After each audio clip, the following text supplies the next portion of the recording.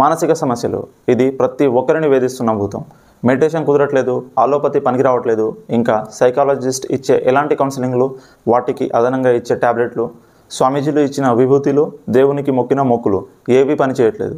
అయినా సమస్య అలానే ఉన్నది అని అనుకునే వాళ్ళ కోసమే ఈ వీడియో.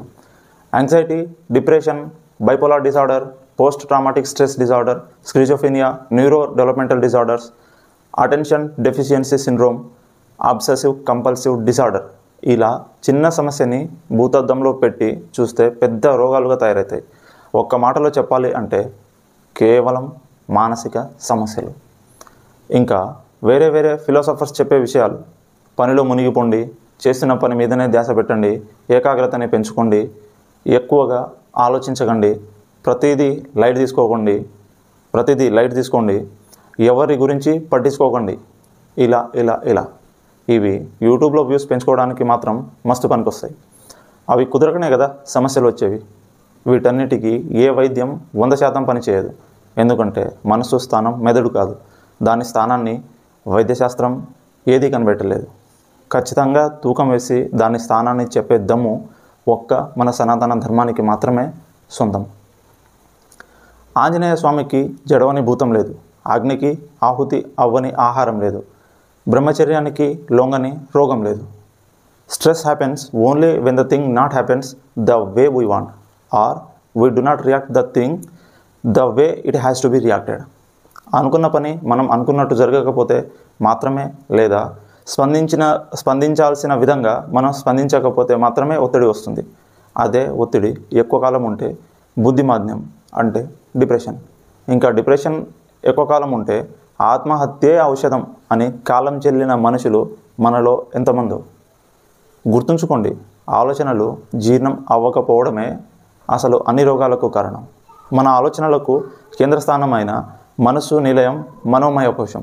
మన శరీరాన్ని మనసుతో బంధించి ఉంచే ప్రాణనాళులను బ్రహ్మచర్యం దృఢంగా చేస్తుంది. బ్రహ్మచర్యం గురించి డీటెయిల్డ్గా వీడియోస్ చేశాను, తప్పక చూడండి. భూమిని కాల్చేంత అగ్ని మనం పుట్టించగలిగితే భూమిని కూడా బూడిదగా మార్చే శక్తి ఒక్క అగ్నికి మాత్రమే ఉన్నది. మరి మన ఆలోచనలను జీర్ణం చేసే అగ్ని ఎలా వస్తుంది? పృథ్వీ వ్యాపస్ తేజో వాయుర్ ఆకాశత్ అంటే భూమి జలం నుంచి, జలం అగ్ని నుంచి, అగ్ని వాయువు నుంచి, వాయువు ఆకాశం నుంచి, ఇలా ఆకాశం పూర్ణం నుంచి వచ్చింది. ఇది వేదం చెప్పిన మాట. మనకు బాగా స్ట్రెస్ అనిపించినప్పుడు మన శరీరం ఫస్ట్ చేసేది ఏడవడమే. ఇదే అగ్ని నుంచి జలం రావడం అంటే. అలానే ఆలోచనలు వాయువులతో సమానం. అవి బాగా డిస్టర్బ్ చేస్తున్నప్పుడు ఒళ్ళు వేడెక్కిపోతుంది, ఇంకా శ్వాస కూడా ఇబ్బంది అవుతుంది. అంటే మన ఆలోచనలు జీర్ణం అవ్వడానికి సరిగ్గా ఈ నియమాన్నే ఉపయోగించుకోవాలి.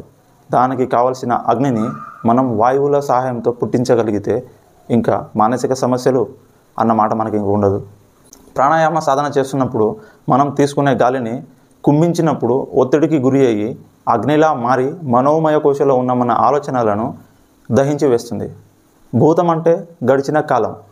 అది ఇప్పటికీ గుర్తు ఉండి భయపెడుతున్నాయి, బాధ పెడుతున్నాయి అంటే అన్ని భూతాల అధిపతి మన ఆంజనేయ స్వామిని మనం ఆశ్రయించాలి. తననే ఆదర్శంగా చేసుకోవాలి. అంటే బ్రహ్మచర్యాన్ని పాటించాలి.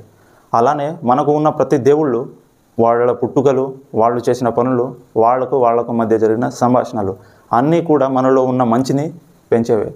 మనము శాస్త్రాలు చదువు ఎలాగూ చదువుకోలేదు, కనీసం రోజు ఆధ్యాత్మిక ప్రవచనాలు అయినా విందాం. లోకం మనం చూసే దృష్టిని బట్టే ఉంటుంది. సమస్యలు మనం ఆలోచనలను బట్టే ఉంటాయి. మన దృష్టిని, మన ఆలోచనల్ని మనం మార్చుకోవాలి. అంటే దానికి ఆధ్యాత్మిక గ్రంథాలే మనకు దిక్కు. అందులో నుండి పుట్టినవే యోగా, ఆయుర్వేద, ఆగమ, ఇలా ఎన్ని శాస్త్రాలు అయినా. కానీ కామెడీ ఏంటంటే మనం వాటిని చదవడానికి ప్రయత్నం ఎప్పుడు చేయలేదు. చదివితే అర్థమయ్యేది మనకు. మనం 7వ తరగతిలో నేర్చుకున్న గణితం కంటే చాలా సులువు.